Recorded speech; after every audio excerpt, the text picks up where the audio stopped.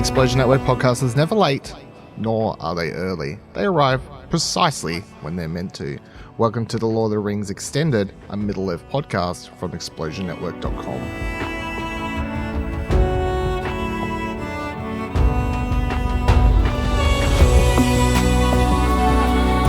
Hello and welcome to the Lord of the Rings Extended, a Middle-earth podcast. Today we're here to talk about the season finale of The Rings of Power. I'm Ashley Hobley, and joining me is Kieran Marchant. I was told that I was an idiot. I was told that I couldn't possibly be right. I was told, Kieran, I've just saved you $100 because I never took that bet with you. I don't know what you're talking about. So much. I gaslit, what were you... girl bossed, got put into the dumpster in this show. But today I've got something to say. I was right, and I'm sorry, audio listeners, but this is going to be loud, and this is going to be the truth. Because he's fucking Gandalf! And not only is it fucking Gandalf, that fucking nonce of a king of the Southlands is Sauron! And I said that as well. And I fucking did it. I fucking did it! I have the biggest, smartest brain in the Explosion Network as of right now. And I'm so fucking annoyed. That little weasel, the little worm tongue of our group, has the excuse of COVID to not be here for this recording. I'll say, maybe you did say that it was Gandalf, but she didn't commit, so, I mean... You can fuck right off with this nonsense. Me, on the other hand, have been calling him Gandalf every single episode. Fucking Dylan said the same shit. I think... Dylan said the same... Really, it's me. I was right. I fucking hate you both. I messaged Dylan because I knew he wasn't going to be on the fucking show, and he said the exact same fucking shit. He was like, man, I don't know what you're on. We've been calling him Gandalf the whole time. I'm like, you fucking pair of twats. You absolute fuckers.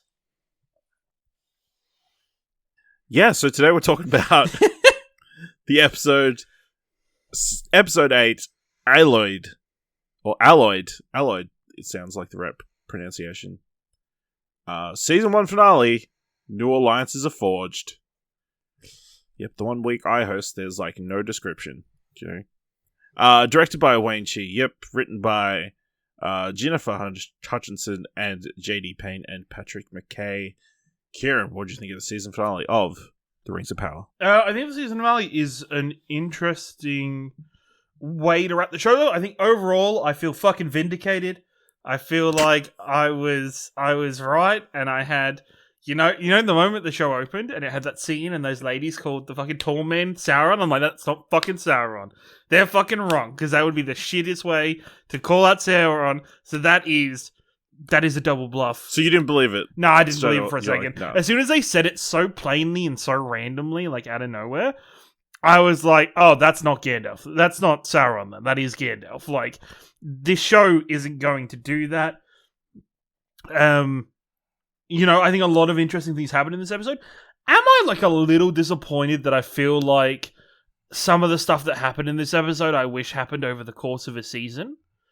Am I a little disappointed that the revelation that Hellbrand, that's it. That Hellbrand was Sauron. Am I a bit annoyed that happened so quickly?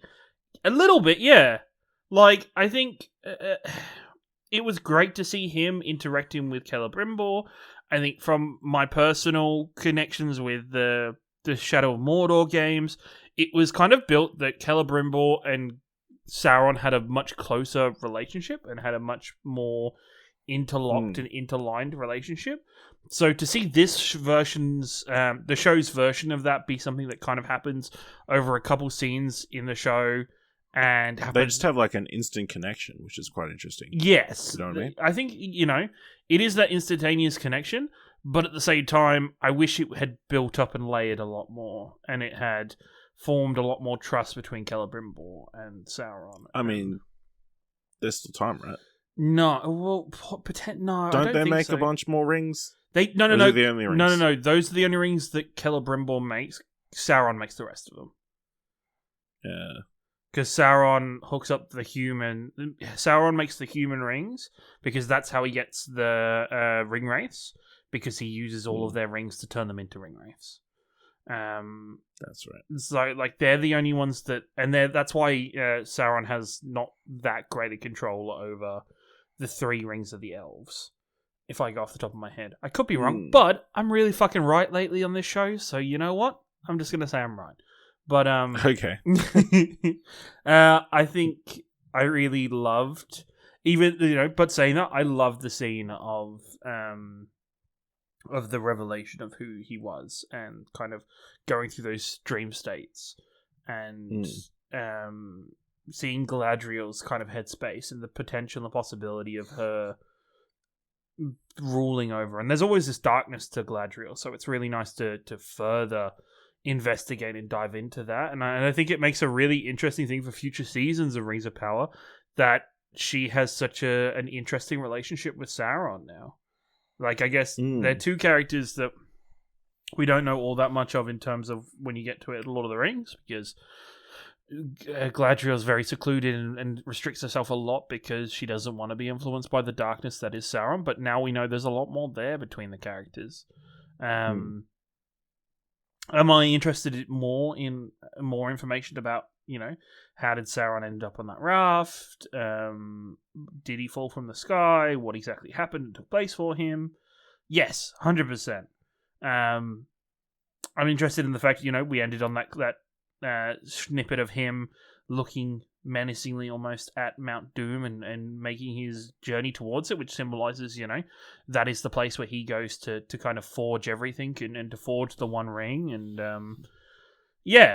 I'm super excited. I think this show is great. I am, once again, I feel like this show maybe had to rush a bit to get to the Rings of Power to kind of justify its name a little bit more. Like, I feel like it almost rushed to get there in this episode. But no, I love this. I loved all of the scenes with Durin and with Elrond. I adore this show and I really enjoy everything to do with it and the very different and interesting layers to all the plots that are going on. And I'm excited for what we have moving forward in Rings of Power. Yeah, I enjoyed the episode as well. I was a bit put off when this was like 75 minutes. As soon as you open up the Prime Video app, is the length. But it went by very quickly. I feel like it wrapped up the season in a good way and obviously left it very open for what will happen in season 2. I'm sure there's going to be a season 2. It's like one of the biggest shows of the year. Definitely. And they've already thrown so much money at it. I think they'll happily just throw a bunch more. I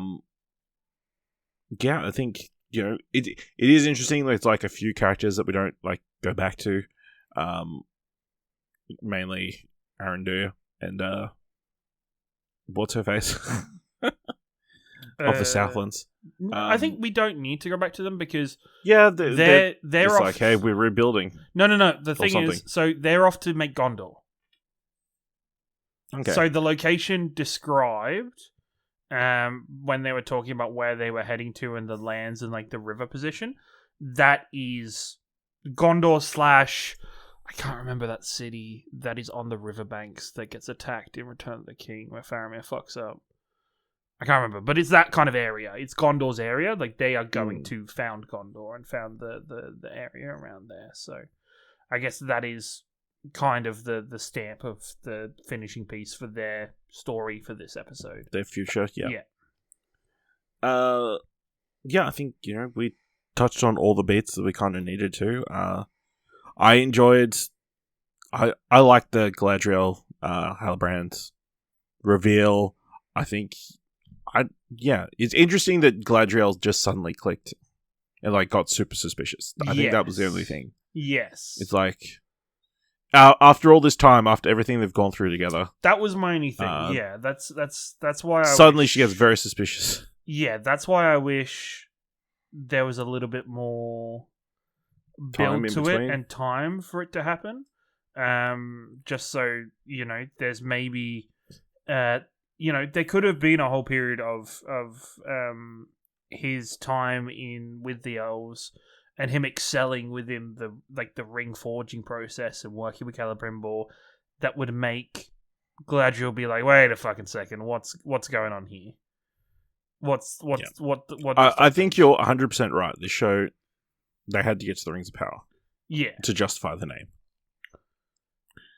It would have been, you could easily see the headlines like, no Rings of Power in the Rings of Power. Like, where are all the rings? I think the thing is, I think that far, instead of ending the way they did, and maybe this doesn't fit, maybe the plans that they've got to season 2 that we don't know don't really fit this method, but it would have been really cool and interesting way if in all this episode they failed.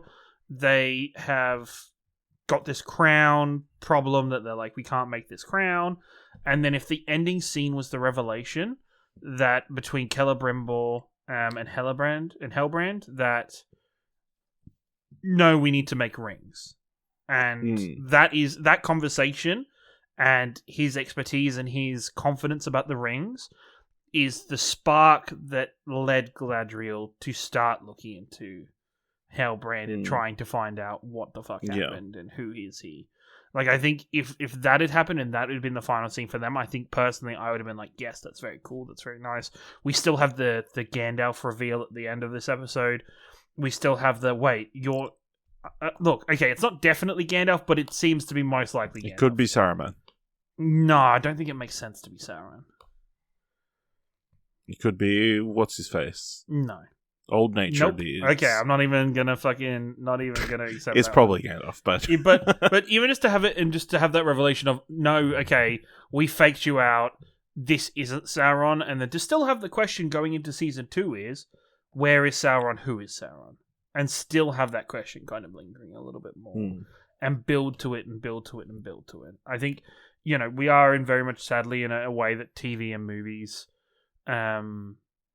rush payoffs a little bit too much because they're worried about audiences not being able to stick around to it. And yes, Rings of Power already had comments and problems from audiences saying, oh, it's taking a bit too long to get places.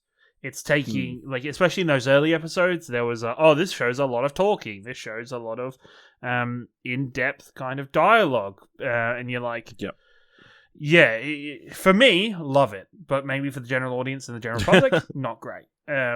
So, yeah, maybe that's why, and that's why they had to rush it through. Not overly... It's not something that's ruined the show for me. I still love it. I still love that ending. I just think it could be done a bit better. Yeah, I think,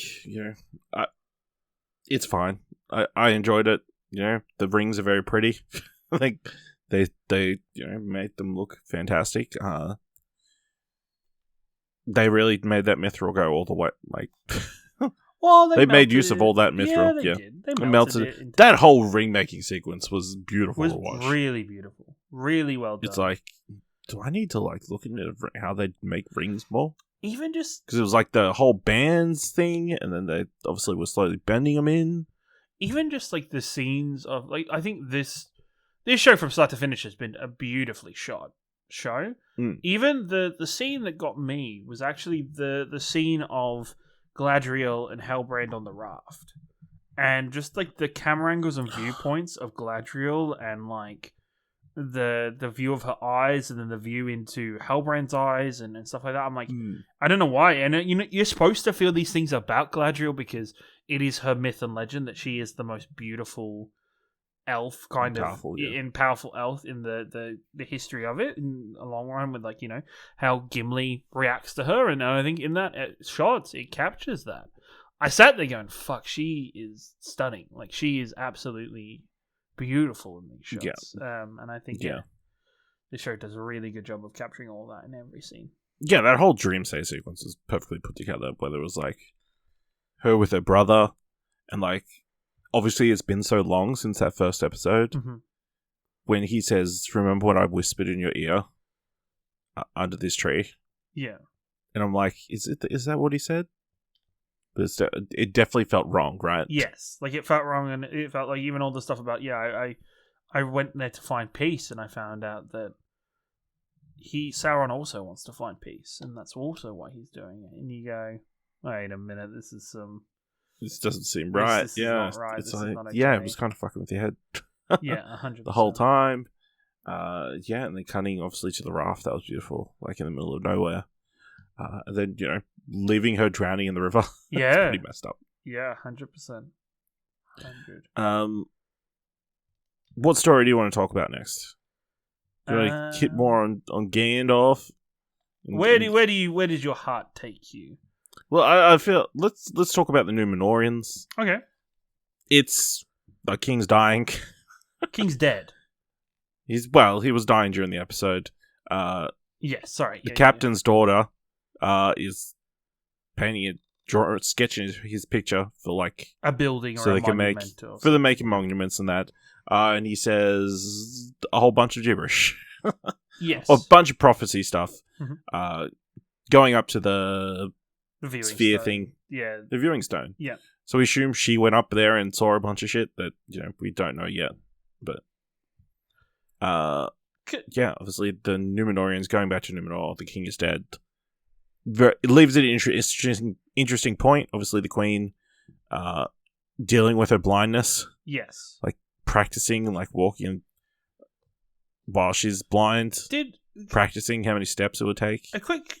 So, the scene where the queen goes blind, and there's the blind bit.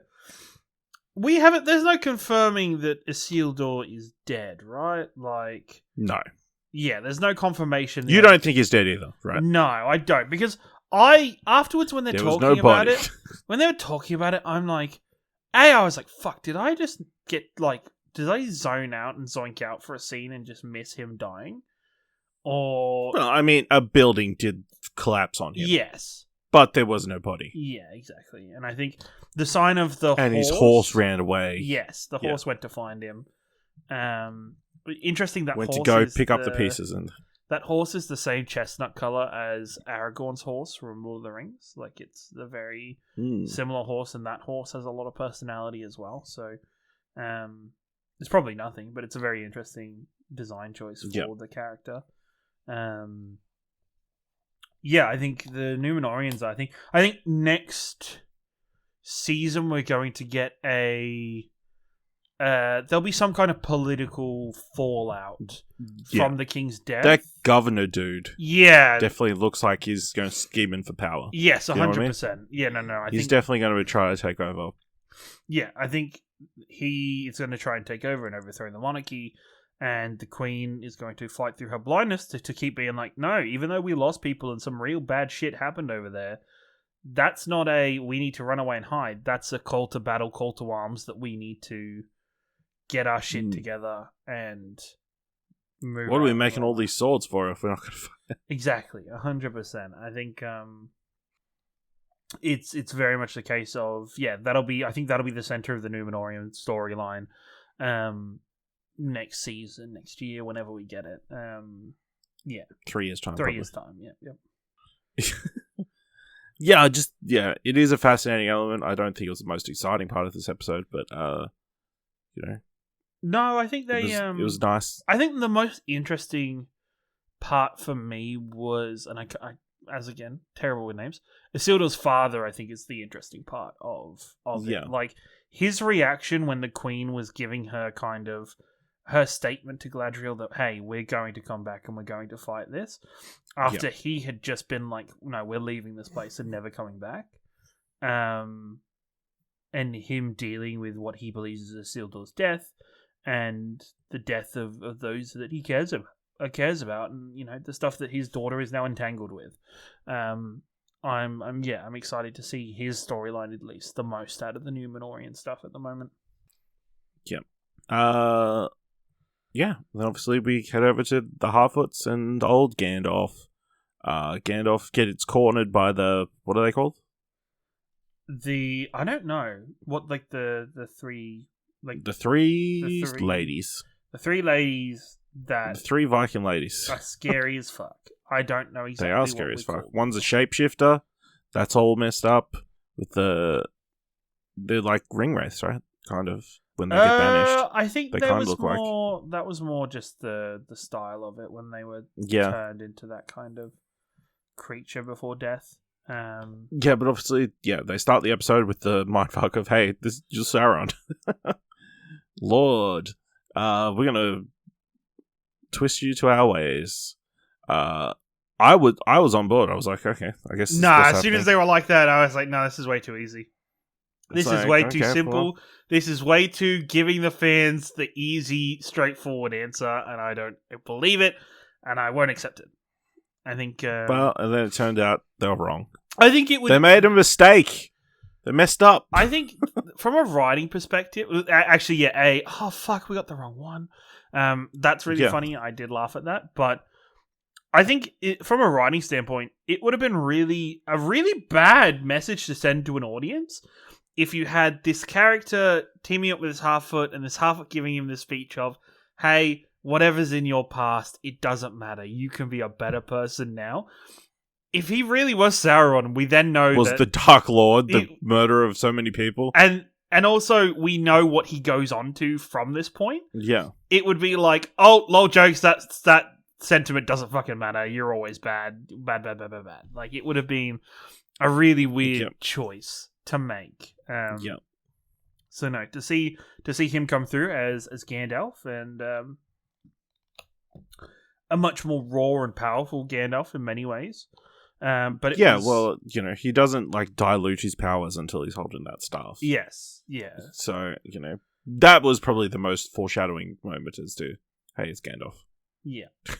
As soon as he got a staff, he was like, "Yep, this is." Yep, I know how to use this.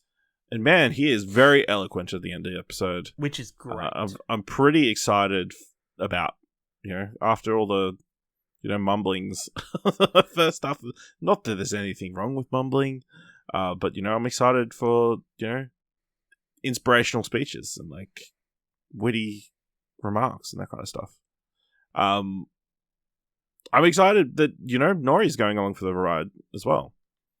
I love their little talk about the difference between journeys and adventures. That was cool. I really enjoyed that. And I think this is and I can't remember exactly what it is. I should have looked it up before we recorded. The line about the line from her saying, "Oh, as soon as now it's my time to leave, my feet have turned to lead and I don't know where to go," and that just rings out to Frodo. To Frodo leaving Rivendell to Bilbo leaving Rivendell and him saying that to Gandalf and being like, "I don't know where to go," and Gandalf has to kind of point him in the right direction.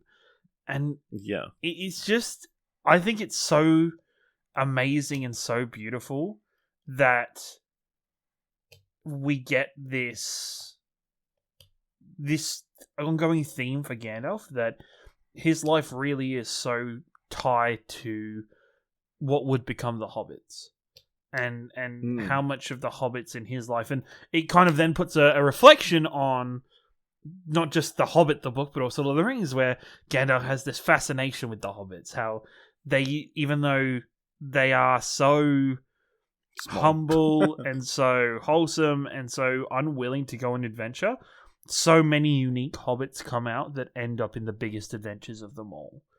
And to see that now is something really exciting, and I'm really looking forward to their adventure next season. Like, it's maybe he just likes to have them around because they're good luck.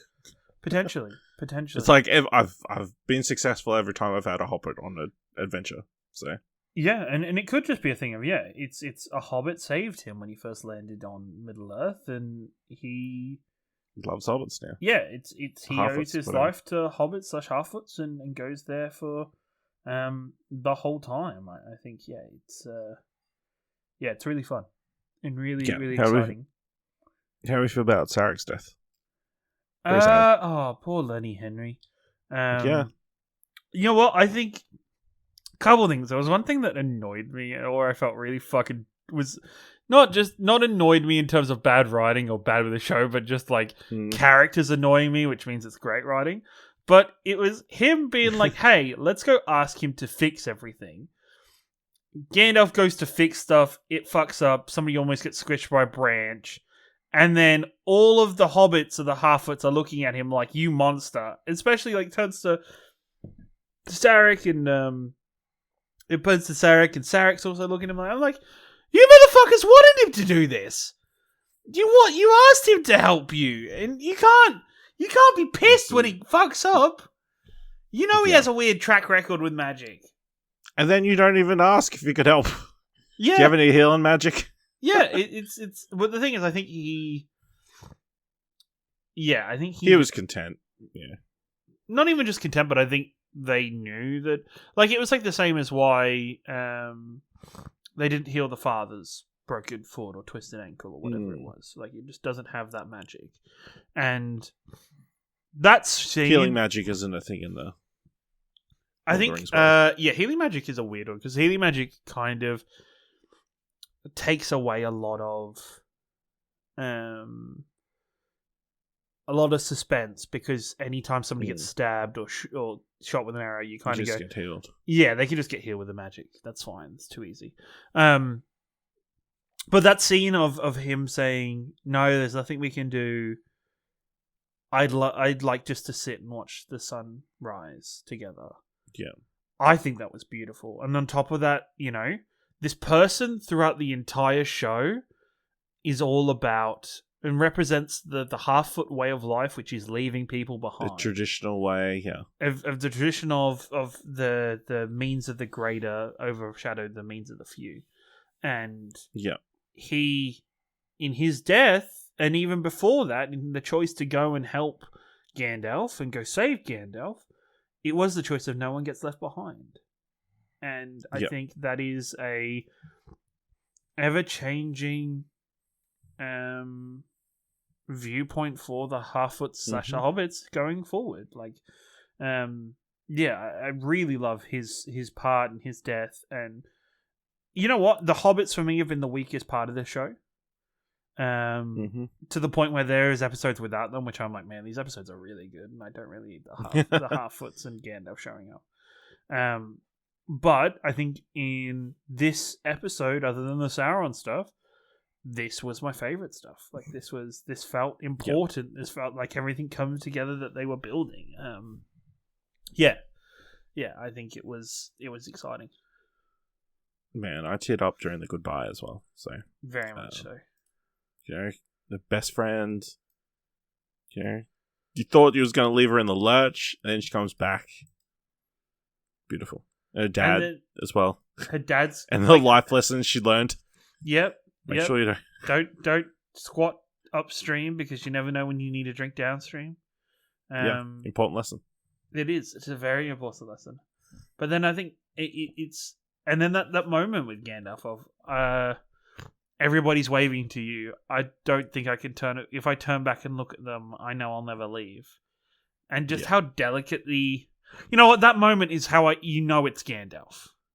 That whole moment, that whole final conversation with the two of them, just screams Gandalf. Just screams his loving and caring nature for creatures to be like, why don't you lead the way then? And follow your nose. I think this is all. Yeah, I would be almost disappointed now if it. I would almost be like so disappointed if some way along the line, like, oh no, it's not Gandalf, it's some other guy. You're like, oh, what the fuck? One thing we haven't mentioned, and this was the other point where actually, I already knew I was fucking right. Because we got the Sauron bit at the start, and I was like, oh, all right, that narrows it down to two things. It could either be this is Gandalf, or the other theory. This is Sauron. No. The third theory that was at the start of this is somehow the Balrog. Okay. This is somehow the Balrog. This is somehow connected to that, and that's what these people are looking for. Blah blah blah. And to have the shot of the Dwarven King dropping the leaf through the hole last week, yeah. Was that last week? Yes. Fuck. But still, yes. It's fine. No, it's fine. Yeah. Talking about the show as a whole, so it's okay. Yeah, that's okay. I think, seeing that the shot there, damn, these two episodes have merged into one. I just think it's that's how I knew I was right already. Yep. That was great. Anything else you want to mention in this episode? I did love the reunion of Elrond and Galadriel, who obviously he shipped her away on a boat. Can I say, of the season. This Elrond guy, the actor who's playing Elrond, Yep. he's gonna, you know what, this young man's gonna make a career out of playing younger versions of older characters. Hugo Weaving? You know, I've not just Okay, Hugo okay. Weaving, but like because he played young Eddard Stark in the last season of Game of Thrones. Oh, okay, yeah. So it's I really love Elrond as a character and how his portrayal is in this show. So to see his interactions with, can I actually one thing, right? Why does the Galadriel turn around to Celebrimbor and Elrond and be like, "Yo, bros, that was Sauron, motherfuckers. We got a problem." Like, do you think it's because she's worried if she says that the rings will never get made, and that she believes she needs the rings to be able to defeat him and to stop him? I think that's an element of it. I think it's an element of being embarrassed. Yeah.